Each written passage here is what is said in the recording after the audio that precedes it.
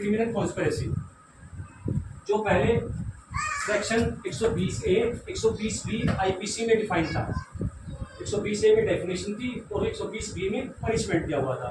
अब हमारा ये सेक्शन 61 इसको डील करता है क्रिमिनल कॉन्स्पिरेसी को। 61 का फर्स्ट क्लॉज क्या कहता है?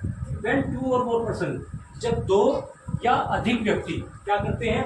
एन इलीगल एक्ट, कोई इलीगल एक्ट करते हैं, या an act which is not illegal, कोई ऐसा काम करते हैं जो इलीगल नहीं है, बाय इलीगल मीन्स, मगर वो इलीगल मीन्स अवैध साधनों के द्वारा किया जाता है।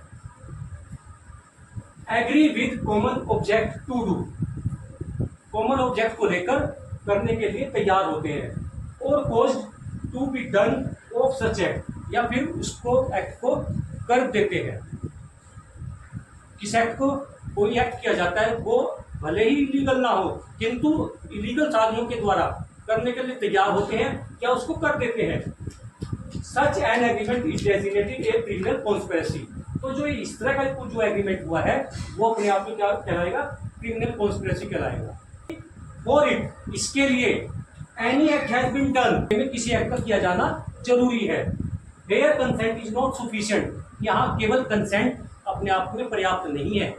मीन बाय 4 आदमी ने मिलकर कोई कॉन्स्पिरेसी रची, ठीक है, उसके बाद उसको एग्जीक्यूट नहीं किया, तो वो अपने आप में क्रिमिनल कॉन्स्पिरेसी फुलफिल नहीं होती।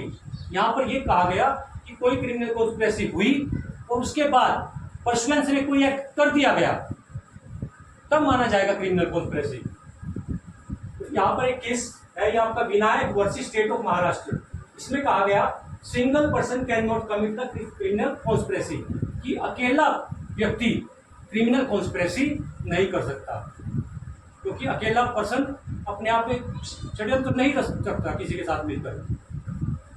ऐसे ये केस हो रहा है Tapan Das versus Union of India. Single person can not punish for criminal conspiracy, single person को क्रिमिनल कॉन्स्पिरेसी के लिए दंडित नहीं किया जा सकता।